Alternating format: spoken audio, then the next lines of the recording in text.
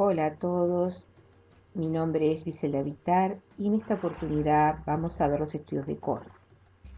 Previamente vamos a realizar un repaso sobre las clasificaciones de los tipos de estudios en epidemiología, de manera que podamos identificar los estudios de corte en esta clasificación. La clasificación de los tipos de estudios se puede realizar según la participación o no del investigador, según la evolución del fenómeno estudiado, según el sentido en que fueron recabados los datos o según los objetivos del mismo. Si tenemos en cuenta la participación o no del investigador, los estudios epidemiológicos pueden clasificarse como de experimentación o observación. En los estudios experimentales se produce una manipulación de una exposición determinada en un grupo de individuos que se compara con otro grupo en el que no se intervino, o al que se expone a otra intervención como por ejemplo el ensayo clínico.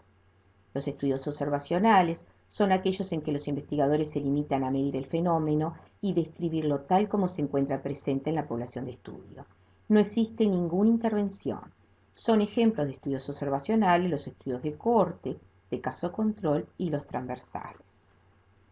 Sin embargo, si en la clasificación nosotros tenemos en cuenta el periodo de recogida de los datos, entonces los estudios epidemiológicos se clasifican en estudio longitudinal o transversal. El estudio longitudinal es aquel estudio en donde se toma más de 2 mediciones a lo largo del tiempo. Se corresponde con estudios en los que se realiza un seguimiento de los sujetos objeto de la investigación, a diferencia del estudio transversal en donde el atributo seleccionado de la población se mide en un punto determinado del tiempo. No existe continuidad en el eje del tiempo y es equivalente a tratar de obtener una fotografía del problema.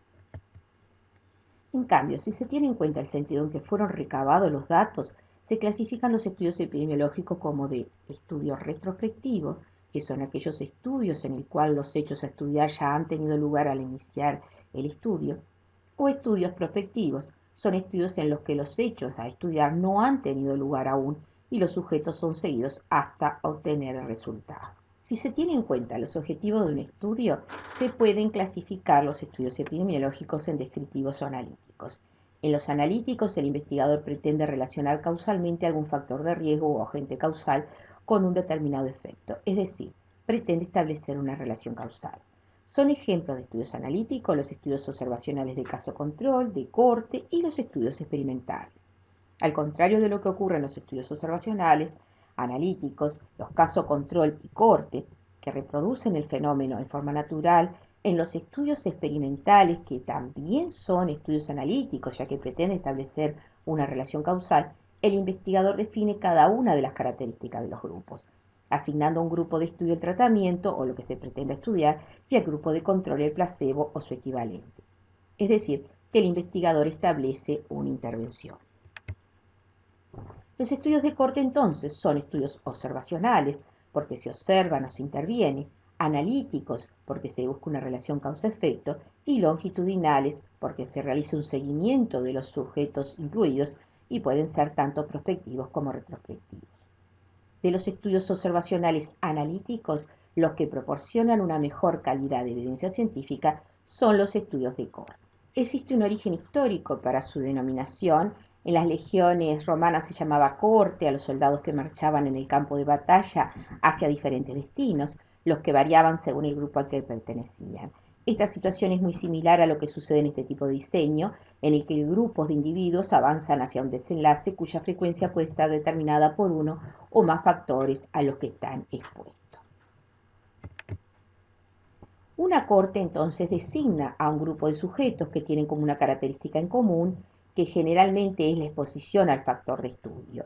Esta característica común puede ser de naturaleza diversa, como una característica genética, un factor social o geográfico, un grupo de profesionales específicos, etc. Cada pregunta de investigación debe de contestarse con un diseño más apropiado. Cuando con una pregunta de investigación se busca establecer causalidad, el modelo que mejor permite establecer esta relación es el experimento clínico. Pero en ocasiones, por implicancias éticas o metodológicas, este no puede ser utilizado y debemos recurrir a los modelos observacionales. El diseño de corte es, entre los modelos observacionales, el que mejor desempeño tiene para establecer causalidad y medir riesgos. Y es el que más se asemeja al estudio experimental, con la única diferencia de que el investigador no interviene en la asignación de la exposición, pero observa pasivamente los eventos que suceden.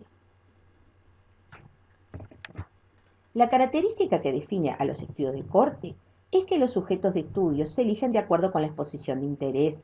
En su concepción más amplia y simple, se selecciona a un grupo expuesto y a un grupo no expuesto. Estos grupos son llamadas cohortes y ambos se siguen en el tiempo. Se realizan mediciones periódicas para comparar la ocurrencia de algún evento de interés. Vamos a ver un esquema de este diseño de cohorte. En estos estudios entonces parten de dos grupos de individuos con características comunes, que son las cohortes, se clasifican a partir de ese grado de exposición al objeto de nuestro estudio, es decir, del factor de riesgo. Vamos a dar un ejemplo. Tenemos un grupo de embarazadas que fuman y un grupo de mujeres embarazadas que no fuman, es decir, mujeres que están expuestas al cigarro y mujeres que no están expuestas al cigarro. Estas mujeres se siguen por determinado tiempo hasta que se produce el desarrollo de la enfermedad o evento de interés. En nuestro caso, nos puede interesar si los recién nacidos tienen menor bajo peso porque las madres fuman. Si al finalizar el periodo de observación la incidencia de enfermedad es mayor en el grupo de expuestos, en las mujeres expuestas al cigarro, que en las no expuestas, es decir, que entre las madres que fumaron durante el embarazo se encontró un mayor número de recién nacidos de bajo peso al nacer, se podría concluir que existe una asociación entre el factor de riesgo y el evento resultante. Los estudios de corte son los estudios observacionales que proporcionan la mejor información sobre la causa de la enfermedad y la medida más directa del riesgo de desarrollo de la misma.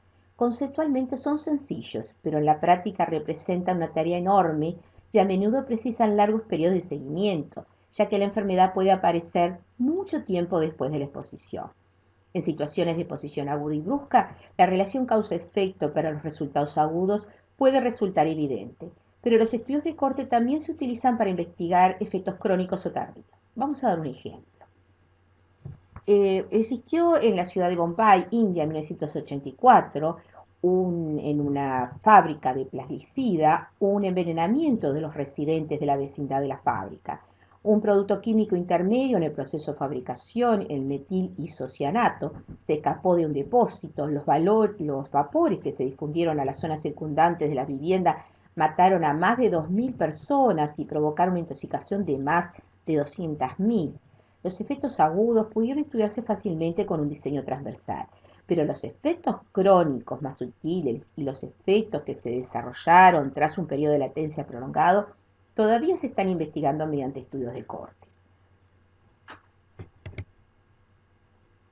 De acuerdo a la forma como se recolecta la información de la exposición, los estudios de corte se dividen en prospectivos o retrospectivos, pero también en algunos casos se pueden ver estudios que se llaman mixtos, es decir, ambidireccional. Esta clasificación va a depender de la relación temporal entre el inicio del estudio y la presencia de la enfermedad. En el caso de los prospectivos, la exposición puede haber ocurrido o no, pero desde luego lo que aún no ha sucedido es la presencia de la enfermedad. Por tanto, se requiere un periodo de seguimiento en el futuro para determinar la frecuencia de la misma. Se escogen los individuos antes de que aparezca el evento de interés y se realiza su seguimiento durante un tiempo preciso hasta la aparición de dicho suceso. Dentro de las cortes, si están bien diseñadas, estos estudios son los mejores para obtener evidencia. El diseño prospectivo es el típico de los estudios de corte. Un ejemplo de este tipo de estudios de corte que ha tenido bastante repercusión lo constituye el famoso estudio de Framingham. Es una ciudad de Massachusetts, en Estados Unidos. Este estudio fue iniciado en 1949 y lleva 67 años identificando factores de riesgo principales de enfermedades cardiovasculares, demostrando que el riesgo de desarrollar enfermedades cardiovasculares está asociado con el aumento de diferentes factores de riesgo como puede ser presión arterial, incremento de colesterol sérico, el tabaquismo, la intolerancia a la glucosa, etc. En su inicio se seleccionó una muestra representativa de 5.200 personas que vivían en esta ciudad. De ellas se eligieron a 5.120 que estaban libres de enfermedad coronaria o enfermedad cardíaca cuando fueron examinadas por primera vez y por lo tanto tenían todas el riesgo de desarrollar posteriormente enfermedades cardíacas. Estas personas fueron reexaminadas cada 2 años en busca de señales de enfermedades cardíacas y actualmente el estudio va por la tercera generación y están investigando el rol de factores genéticos en enfermedades cardiovasculares, entre otras enfermedades. Podemos decir entonces que los estudios prospectivos de corte, la exposición a resultados se valoran de manera concurrente, la calidad de las mediciones pueden ser controladas por los investigadores porque es hacia futuro, por lo tanto se requiere un periodo de seguimiento en el futuro. La información se recoge directamente de los individuos mediante cuestionarios o exámenes, lo que facilita que los datos sean de mayor calidad, pero esto también lleva un costo mayor. Mientras que los estudios retrospectivos, las cortes retrospectivas, aquí los investigadores recolectan datos que ya existen, es decir, de aquellos pacientes que presentaron o no un desenlace. Dado que existe un proceso de seguimiento desde una exposición a un evento, la denominación corte también aplica a este último diseño. ¿Por qué? Porque parten de la exposición y van hacia el evento o enfermedad. La gran diferencia con los estudios de caso y los controles es que las cortes entonces a contrastar son separadas en base a la exposición a un factor y no al desenlace. Podemos decir entonces que los estudios de retrospectivos reconstruyen la experiencia de la corte en el tiempo, depende de la disponibilidad de los registros para establecer la exposición y el resultado, y la validez del estudio dependerá en gran medida de la calidad de los registros utilizados. Esto permite ser estudios que sean más rápidos y también económicos. Este tipo de estudios son muy frecuentes en epidemiología laboral, porque en este ámbito se cuentan con registros de datos, reconocimiento médico de los trabajadores y de medidas de exposiciones ambientales o individuales a los que han sido sometidos estos trabajadores. La información recogida en forma retrospectiva suele tener menor calidad porque se aprovechan registros en el pasado que han realizado personas con otros objetivos. Un ejemplo es el estudio de corte histórica que se realizó con la población activa sueca. Se registró todas las personas que estaban en población activa en el año 1970 y estaban presentes en el censo que se realizó ese año, un total cercano a los 3 millones de trabajadores suecos. Estos trabajadores fueron seguidos durante 19 años, entre 1971 a 1989, mediante un enlace con los registros nacionales de cáncer y los registros de defunciones. En el estudio inicial se presentaba la asociación entre la ocupación desempeñada en 1970 y la incidencia de 30 tipos de cáncer. De forma más específica se ha investigado la incidencia de cáncer de mama y posteriormente de otras localizaciones. Entonces, según la relación temporal entre el investigador y la selección, el seguimiento de la corte tenemos estos 3 tipos, los tipos prospectivos, retrospectivos y mixtos. En los prospectivos la exposición pudo haber ocurrido o no, pero desde luego lo que aún no ha sucedido es la presencia de la enfermedad, por lo tanto se requiere un periodo de seguimiento a futuro para determinar la frecuencia de la misma. En los retrospectivos, tanto la exposición como la enfermedad ya han sucedido cuando el estudio se inició. La posición del investigador que inicia el estudio cuando hayan sido identificados los casos de enfermedad confiere el carácter retrospectivo al estudio. Mientras que en los mixtos, es decir, ambidireccionales, estos estudios se inician como retrospectivos para el análisis de un fenómeno ya ocurrido. Y posteriormente se continúa el estudio, pero a futuro, con un seguimiento prospectivo hasta la aparición de un efecto a largo plazo. Es decir, que en la corte ambidireccional la exposición ya ha ocurrido en el pasado, pero el desenlace esperado todavía no, es a futuro. Lo importante a tener en cuenta es que estos 3 tipos de estudios, tanto prospectivos, retrospectivos o mixtos, clasifican a los sujetos dependiendo de la presencia o no de la exposición. En cuanto a los tipos de estudios de corte, teniendo en cuenta el reclutamiento de miembros de la corte, podemos encontrar cohortes fijas o cerradas. Es decir, la corte fija es la que no considera la inclusión de población un estudio más allá del periodo de reclutamiento fijado por los investigadores, mientras que la cohorte dinámica considera la entrada y salida de nuevos sujetos de estudio durante la fase de seguimiento, por lo que el número de miembros puede variar a través del tiempo. Mientras que en los estudios de corte también se pueden encontrar algunas variaciones en su diseño básico, dependiendo del número de cortes involucradas y su origen. En los estudios de corte de comparaciones internas, encontramos dentro de una misma corte individuos que se obtienen tanto expuestos como no expuestos. En los estudios con dos cortes, existe una corte de expuestos y una corte de no expuestos. Una vez definida la corte de expuestos, los investigadores seleccionan e incorporan al estudio la corte no expuesta, cuyos individuos pertenecen a otro ámbito.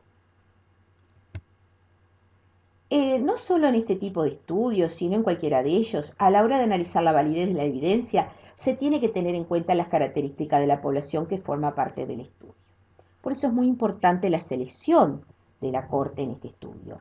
La adecuada selección de los participantes, el registro riguroso de los eventuales factores de posición y el control periódico y objetivo de la aparición de los eventos constituyen la clave del buen desarrollo de este tipo de estudio. Los estudios de corte se han utilizado de manera clásica para determinar la ocurrencia de un evento específico en un grupo de sujetos libres del evento de interés. La característica que define a los estudios de corte es que los sujetos de estudio se eligen de acuerdo con la exposición de interés.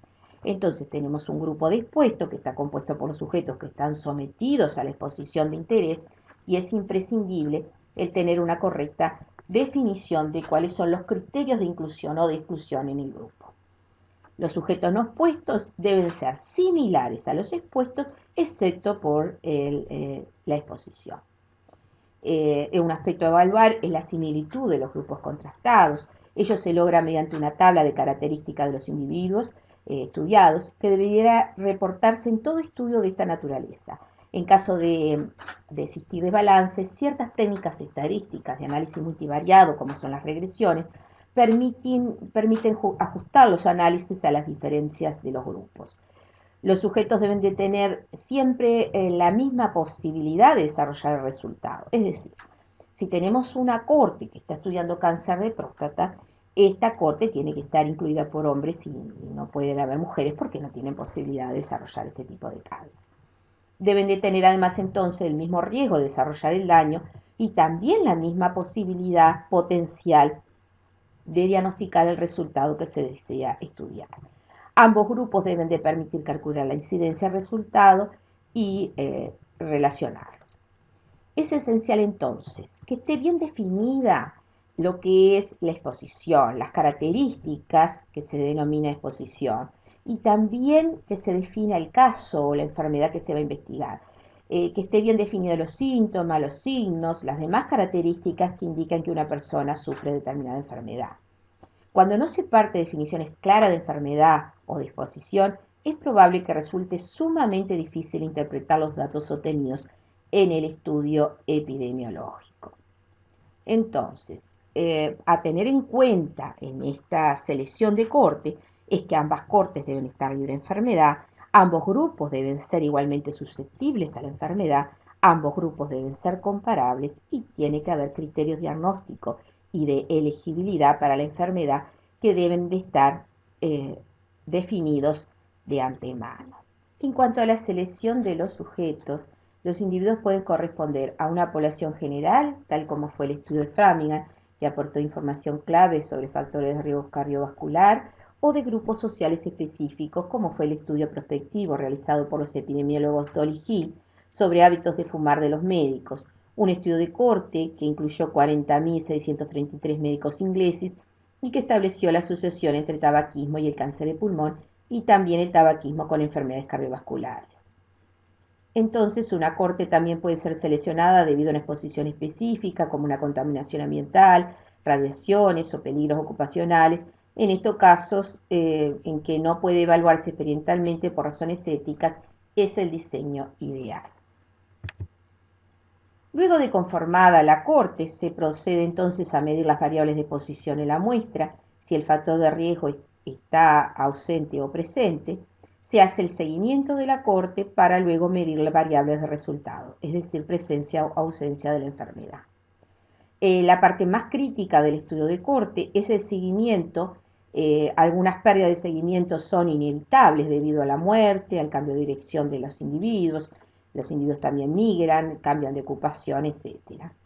El seguimiento de la corte se hace a través de entrevistas personales, de cuestionarios, de llamadas telefónicas o a través de exámenes médicos periódicos, análisis especiales, la vigilancia de registros de muerte, es decir, tratando de obtener datos acerca de resultados determinados, ya sea de morbilidad o de muerte.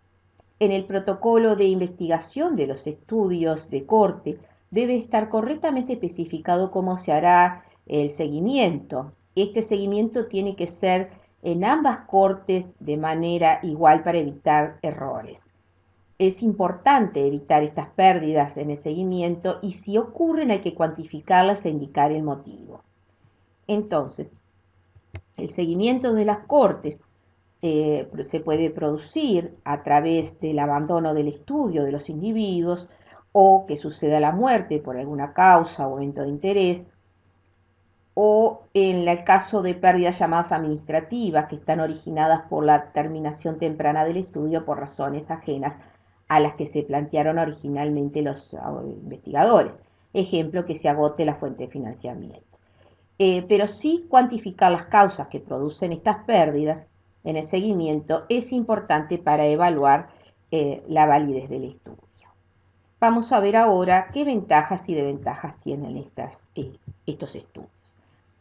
Las ventajas de los estudios de corte es que permiten establecer causalidad, aunque la certeza absoluta de causalidad solo puede ser proporcionada por el diseño experimental. El estudio de corte es el que entre los diseños observacionales provee la mejor información.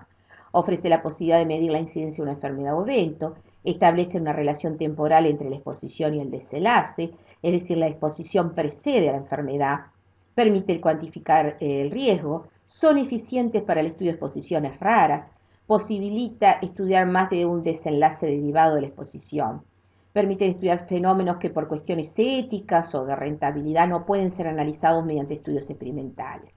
Permite medir la incidencia del evento en los sujetos expuestos y no expuestos al factor estudiado y calcular las medidas de asociación.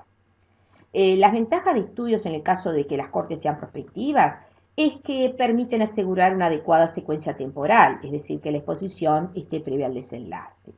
Los estudios prospectivos minimizan los errores en las mediciones de la exposición, mientras las ventajas que tienen los estudios de corte retrospectivos es que permiten acortar el tiempo para el desarrollo de estudios con costos menores, etc.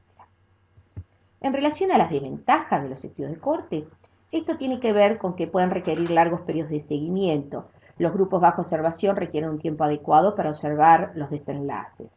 Se presentan pérdidas en el seguimiento, dado que suele requerirse largos tiempos de seguimiento, y los pacientes pueden abandonar el estudio por diferentes razones y afectar esto la validez de los resultados. También los estudios de corte son costosos. Si la enfermedad es rara, tanto en el grupo expuesto como en el no expuesto, puede resultar también difícil conseguir un grupo de estudio con tamaño suficiente. En cuanto a la desventaja propia de los estudios de corte prospectivos, es que estos estudios no son eficientes para estudiar eventos que precisan un largo periodo de latencia para manifestarse, dado que serían muy costosos, precisarían de un seguimiento muy largo, facilitaría el número de pérdidas. Y las desventajas de estudios de corte retrospectivos es que facilitan la aparición de sesgos debido a la dificultad de recogida y la calidad de la información, dado que la información ya está recogida y puede que los factores de confusión no se hayan tenido en cuenta. Pasaremos a ver qué son los sesgos. En epidemiología se habla de error o sesgo sistemático cuando existe una tendencia a obtener resultados que difieren de forma sistemática de los verdaderos valores. En los estudios de corte se pueden presentar diferentes tipos de estos errores. Pueden ser sesgo de selección, sesgo de información, sesgo de pérdida de seguimiento y sesgo de confusión. Los sesgos de selección se producen cuando existe una diferencia sistemática entre las características de la población seleccionada para un estudio y las características de la población no seleccionada. Un sesgo de selección evidente es el que produce cuando los participantes se seleccionan a sí mismos para el estudio, ya sea porque están preocupados por la exposición o porque tienen un interés especial. Por ejemplo, es sabido que las personas que responden a una invitación para participar en un estudio sobre efectos de fumar son bien diferentes a las personas que responden que las que no responden. En relación al sesgo de información, Este sesgo puede ocurrir ya sea durante el reclutamiento de los sujetos o en el seguimiento por una mala clasificación entre los expuestos y los no expuestos. Es decir, que el sesgo de información distorsiona el efecto medido debido al procedimiento usado para obtener la información y clasificar a los sujetos, es decir, expuestos o no expuestos. Los resultados obtenidos se pueden explicar entonces cómo se clasificaron estos sujetos. En cuanto al sesgo de pérdida de seguimiento, ya vimos la importancia que tiene el seguimiento en los estudios de corte. Es importante que este seguimiento se realice con el mayor número posible. Estos pueden perderse por diferentes factores, como hemos visto, el abandono, por muerte, por poca adherencia, dificultades, etc. Estas pérdidas entonces introducen errores, introducen sesgos, cuando las personas que se pierden difieren de aquellas que quedan con respecto a la exposición y al desenlace. Además, si no se siguen los pacientes un tiempo adecuado hasta la aparición del desenlace, la asociación puede estar subestimada. Deben considerarse entonces las causas de los abandonos y valorar si han podido influir en los resultados. En cuanto al sesgo de confusión, este sesgo se presenta cuando una variable externa enmascara una verdadera asociación, es decir, una asociación aparente entre una exposición y una enfermedad es debida por otra variable que se encuentra relacionada con la exposición y es factor de riesgo para la enfermedad. Por ejemplo, si se están estudiando la asociación del consumo de cocaína y la depresión, es muy probable que el consumo de alcohol sea un factor de confusión, por cuanto está vinculado con el consumo de cocaína, y a la vez el alcohol es un factor de riesgo para la depresión. Pasaremos ahora a ver el análisis estadístico. En el análisis de los datos de un estudio de cohorte, consiste en calcular la incidencia de la variable resultado. Habitualmente esta variable puede ser enfermedad o muerte. Y compararla entre los sujetos expuestos y los sujetos no expuestos al potencial factor de riesgo. La información sobre la exposición y la enfermedad en un estudio de corte suele presentarse para su análisis en forma de tabla de contingencia o tabla de 2×2. En los estudios de corte, las tablas se leen de izquierda a derecha, es decir, de la exposición a la enfermedad. Las medidas de frecuencia utilizadas en los estudios de corte representan la probabilidad de desarrollar el efecto en cada una de las cortes. Una vez establecida la homogeneidad entre los grupos que se van a comparar, es decir, saber que son similares a excepto del factor de exposición bajo estudio, los resultados obtenidos pueden ser resumidos en esta tabla de 2×2 que vamos a ver siguientemente. El análisis de este tipo de estudio consiste en determinar si la proporción de enfermos en el grupo de expuesto difiere de la proporción de enfermos en el grupo de no expuesto. El riesgo es una proporción entre los sujetos que presentan un evento y el total de sujetos susceptibles. Es decir, tenemos la incidencia en expuesto y no expuesto. Uno de los principales intereses del investigador es calcular la tasa de incidencia al desenlace en los dos grupos de observación. La incidencia o riesgo en el grupo de expuesto es la proporción de eventos en los expuestos, es decir, aquellos que estaban expuestos y presentaron el desenlace, es decir, que estaban enfermos, sobre aquellos que estuvieron enfermos y estaban expuestos, más los que no tuvieron enfermos y estaban expuestos, es decir, A sobre A más B. Y la incidencia o riesgo en el grupo no expuesto es la proporción de eventos en los sujetos no expuestos, es decir, aquellos no expuestos y que se enfermaron sobre la suma de los pacientes que estuvieron enfermos no expuestos y los que no se enfermaron y tampoco estuvieron expuestos, es decir, C sobre C más D. Así, de esa manera podemos calcular el riesgo de sufrir un infarto entre los que fuman, es decir, fumadores infartados, dividido por el total de fumadores de la muestra, y entre los que no fuman, es decir, no fumadores infartados, dividido por el total de no fumadores de la muestra. Pero si vamos a un paso más allá, podemos calcular la razón de los dos riesgos, llamada riesgo relativo o razón de riesgo. Esta razón de riesgo o riesgo relativo nos indica cuánto más probable es que se produzca un evento en un grupo con respecto a otro. Entonces, la característica de este riesgo relativo es que significa el resultado de la razón entre riesgos individuales de expuesto y no expuesto. Valora la fuerza de asociación entre la exposición y el resultado de la misma en términos de salud y enfermedad. Indica cuántas veces es más probable que aparezca la enfermedad en los individuos que poseen el factor o sean sometidos a la exposición de interés, es decir, expuestos, comparados con los que no lo tienen, no expuesto. Se expresa mediante una razón, cuyo numerador es la incidencia en expuesto y el denominador es la incidencia en no expuesto. El riesgo relativo no tiene dimensiones. Identifica la magnitud o la fuerza de asociación, lo que permite comparar la frecuencia con que ocurre el evento entre los que tienen el factor de riesgo y los que no lo tienen.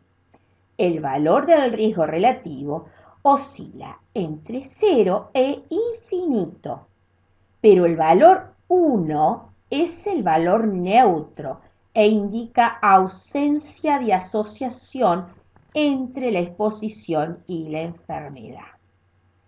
Y vamos a ver entonces en este dibujo cómo el riesgo relativo, cuando es igual a 1, indica que no hay asociación entre la presencia del factor de riesgo y el evento. Por eso la asociación entre el factor y la enfermedad es más fuerte a medida que el resultado se aleja del 1. Si el riesgo relativo es mayor a 1, indica que existe asociación positiva. Es decir, que la presencia del factor de riesgo se asocia a una mayor frecuencia de suceder el evento. Mientras que el riesgo relativo menor a 1 indica que existe una asociación negativa, es decir, que no existe factor de riesgo, que lo que existe sí es un factor protector. Podemos decir entonces que en los estudios en los que se espera que los expuestos presenten menos eventos, el riesgo relativo será menor que 1 y se estará buscando un factor de protección.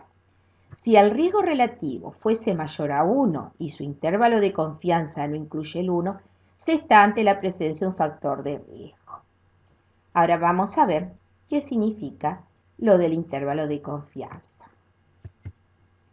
El intervalo de confianza es una prueba de significación estadística que se define como el intervalo de valores en el cual está incluido el riesgo relativo en el 95% de los casos.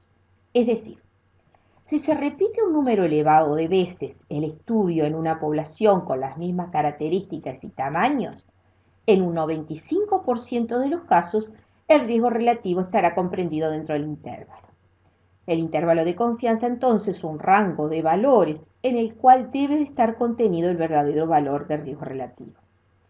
Describe este intervalo la variabilidad entre la medida obtenida en un estudio y la medida real de la población, es decir, el valor real. Corresponde a un rango de valores cuya distribución es normal y en el cual se encuentra con alta probabilidad el valor real de una determinada variable. Esta alta probabilidad se ha establecido por consenso un 95%. Así que un intervalo de confianza 95% nos está indicando que dentro del rango dado se encuentra el valor real de un parámetro con 95% de certeza. Para analizar si existe o no diferencia estadística significativa, entonces debemos observar el intervalo de confianza y sus extremos, independientemente si el estimador puntual muestra beneficios o daños. Debemos verificar si alguno de los extremos pasa por la línea del no efecto, es decir, si pasa por el 1. Si es así, decimos entonces que no existe diferencia estadísticamente significativa. Aquí en este ejemplo, en el gráfico que presentamos, están representados los intervalos de confianza de dos estudios. En ambos los intervalos son muy similares, pero en el caso del estudio A es estadísticamente significativo, ya que no pasa el intervalo por el 1, mientras que en el estudio B no lo es porque el rango incluye el 1, el intervalo de confianza incluye el 1. Entonces, si el intervalo de confianza 95% no incluye valor 1, se concluye que el riesgo es estadísticamente significativo. También en el intervalo de confianza tenemos que ver cuánto preciso es. Cuanto más estrecho estén los límites del intervalo de confianza, decimos que el intervalo de confianza es más preciso. En relación al intervalo de confianza del riesgo relativo, permite estimar el riesgo relativo para la población y que es el que se habría obtenido si el estudio se hubiera hecho con todos los individuos y no una muestra. No solo entonces se tiene que expresar el valor de riesgo relativo, fijarse que este no pase por el 1, es decir, que sea diferente a 1, sino en qué intervalo se encuentra. El intervalo de confianza informará sobre la precisión de los resultados del estudio y además indicará la existencia de significación estadística en aquellos casos en los que el intervalo de confianza no cruce la línea de efecto nulo, es decir, en aquellos casos en que el riesgo relativo no incluya el 1. Para analizar si existe o no diferencia estadística significativa, debemos observar los extremos de intervalo de confianza, independientemente si el estimador puntual, que es el riesgo relativo, muestra beneficios o daño. Debemos verificar si alguno de los extremos del intervalo de confianza pasa sobre la línea del no efecto. Vamos a ver un ejemplo. En un estudio sobre distribución de embarazadas según exposición pasiva al humo de tabaco y recién nacidos según peso normal o bajo peso, el riesgo relativo resultado fue expresado a través de un riesgo relativo igual a 2.71 con un intervalo de confianza de 95% que está entre 1.38 y 5.34. Veremos entonces ¿qué significa este resultado? Significa que las embarazadas expuestas a la exposición pasiva al tabaco tienen 2.71 veces más probabilidades de tener niños de bajo peso que las embarazadas no expuestas. Como vemos que es estadísticamente significativo porque el intervalo de confianza no contiene el 1. Pero también muchas veces podemos ver que se presenta el resultado de riesgo relativo con no el intervalo de confianza, sino el valor P. ¿Qué es el valor P? Llamado también valor de significancia. Este valor busca probar que existe una diferencia real, por ejemplo, entre dos grupos estudiados, y que además esta diferencia no es al azar. De forma arbitraria y por convenio se adopta el valor del 5% o, que es lo mismo, el 0.05. Cuanto menor sea este valor P, es decir, cuanto menor sea la probabilidad de que el azar pueda haber producido los resultados observados, mayor será la tendencia a concluir que la diferencia que existe es real. Por lo tanto, el valor límite de la P es 0.05. Si los resultados estadísticos son mayores a 0.05, no hay diferencia significativa. Y si los resultados estadísticos arrojan una P de 0.05 o menos, quiere decir que hay diferencia estadísticamente significativa. Tanto el análisis de un intervalo de confianza como el del valor P nos permiten determinar diferencias estadísticamente significativas. El valor P se correlaciona en forma muy estrecha con el intervalo de confianza, ya que si uno muestra diferencias estadísticamente significativas, el otro también lo hace y viceversa. Pero sin embargo, solo el intervalo de confianza nos permite evaluar el rango de valores donde posiblemente se encuentra el valor real y por lo tanto permite realizar una mejor interpretación y aplicación clínica de los resultados. Como vemos en el ejemplo, el parto prematuro y la rotura prematura de membrana presentaron un riesgo relativo de 5.78, pero al ver el intervalo de confianza vemos que como pasa por el 1, entonces no tiene, estadísticamente no es significativo, ni tampoco el valor P porque está por encima de 0.05. Pero además, luego de ver estos valores y poder interpretar estos valores, una vez que analizamos el riesgo relativo y consideramos que es válido, el siguiente paso es considerar si dicha asociación es de tipo causal. Para ello deberá tenerse en cuenta toda la información disponible y valorar los resultados del estudio en su contexto. Los resultados del estudio deben ser evaluados para determinar si la asociación entre la exposición y el efecto satisface las pruebas de causalidad razonable. Una herramienta son los criterios de Hill. Son una serie de aspectos para tratar de distinguir el carácter causal o no causal de una asociación. Y estos criterios son los siguientes. La fuerza de asociación, es decir, cuanto mayor es la magnitud de la asociación, mayor será la posibilidad de que la asociación sea causal. La consistencia, es decir, la existencia de resultados similares en otros estudios realizados en diferentes poblaciones. La especificidad, es decir, que una causa produce un único efecto y no múltiples. La temporalidad, que es fundamental que la causa proceda al efecto. El gradiente biológico, la relación dosis-respuesta, quiere decir que es más intensa la causa cuanto mayor intensidad tiene el efecto. La plausibilidad biológica, esto tiene que ver con la lógica de nuestros conocimientos biológicos, es decir, poder interpretar que hay algún mecanismo biológico que explique esta relación causal.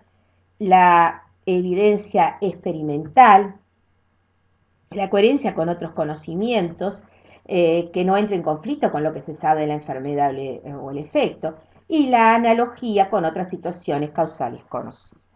Muchas gracias por su atención.